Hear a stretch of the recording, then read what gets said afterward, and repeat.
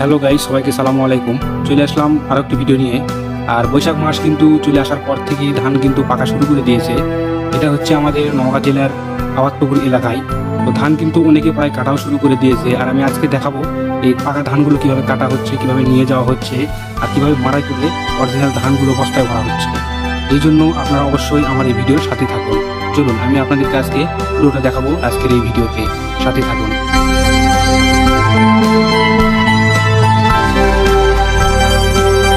এই ভিডিওতে এখন যেভাবে ধান কাটা দেখতেছেন, আসলে এভাবে মূলত ধানগুলো কাটা হয় এবং আটিগুলো বেঁধে বেঁধে এভাবে নাড়ার উপরে রাখা হয়, যেভাবে ভিডিওতে দেখতে পাচ্ছেন। আর অবশ্যই ভিডিওটি ভালো লেগে থাকলে অবশ্যই লাইক ফলো করে সাথে থাকবেন।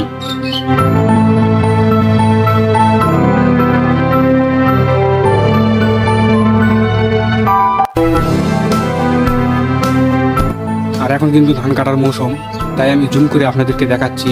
অনেক দূরে, এটা তাও 1 কিলো দূরে।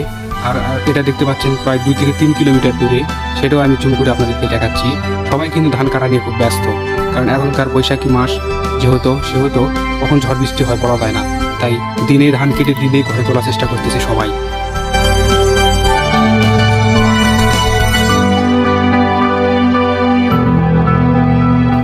আর এখন ভিডিওতে যেভাবে দেখতে পাচ্ছেন, ধান কিন্তু ঘাড়ে করে নিয়ে যাওয়া হচ্ছে একটি ব্যাং দিয়ে।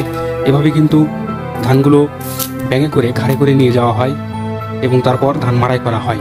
তো দেখাবো আজকে কীভাবে ধানগুলো মাড়াই করবেন এবং বস্তাজাত করা হয়, সব কিছু দেখাবো এই ভিডিওতে।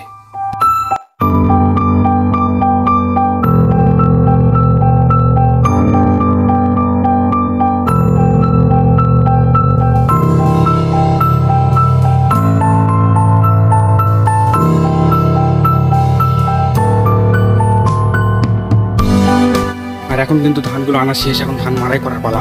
মেশিন কিন্তু চালু হয়ে গেছে। এখন ধানগুলো মেশিনের ভিতরে ঢুকে দেওয়া হবে এবং সামনে দিয়ে খ্যারগুলো বের হয়ে যাবে আর নিচ দিয়ে ধান পড়বে।